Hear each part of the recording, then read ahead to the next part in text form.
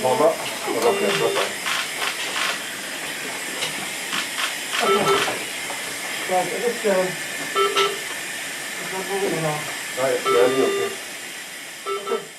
This was an illustration of what's happening on a daily basis in our hospital and any other ICUs across the town.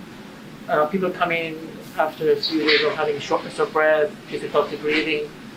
They end up in the emergency department and subsequently end up on the medical floor or directly even in the intensive care unit.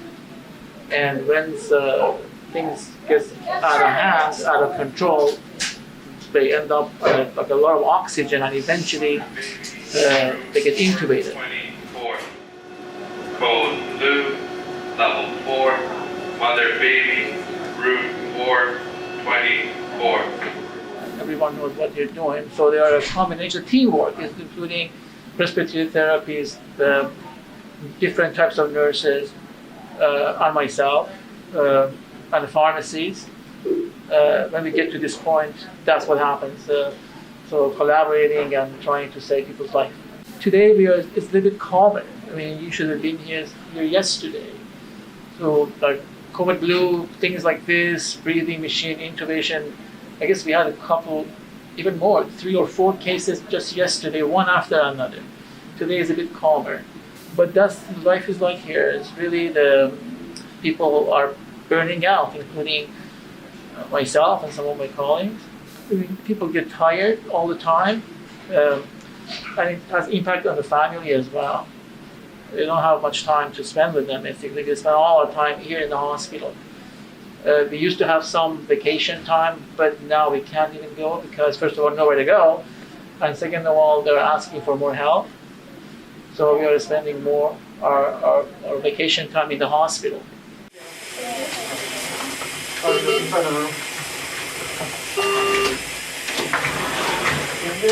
Okay, everybody ready? You ready?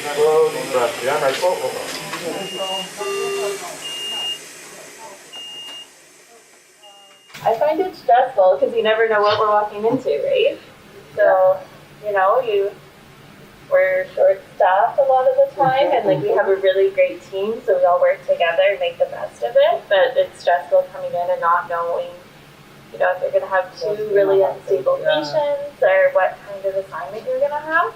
So just like what she said, you don't know what is going to happen. So I got this patient very anxious, agitated, restless. So during round, so that was when the team decided that this patient needs to be intubated right away. We have to put cold blue, we have to do the compression, we have to do all these things, and thereafter we have to start the cooling process. So throughout my shift yesterday, I cannot even have a time even to hit my head. Level 4, mother baby, room 424.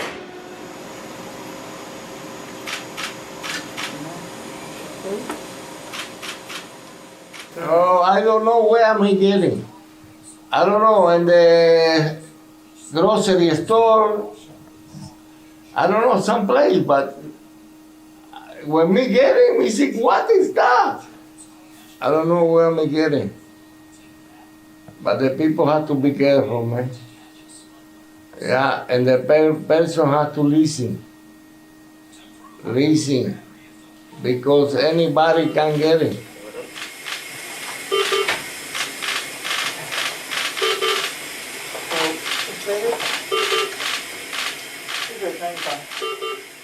I think because people are not being able to see the true picture of what is happening in the hospital, so many people tend to deny that COVID is not real. So, and that one is a very big concern that needs to be addressed.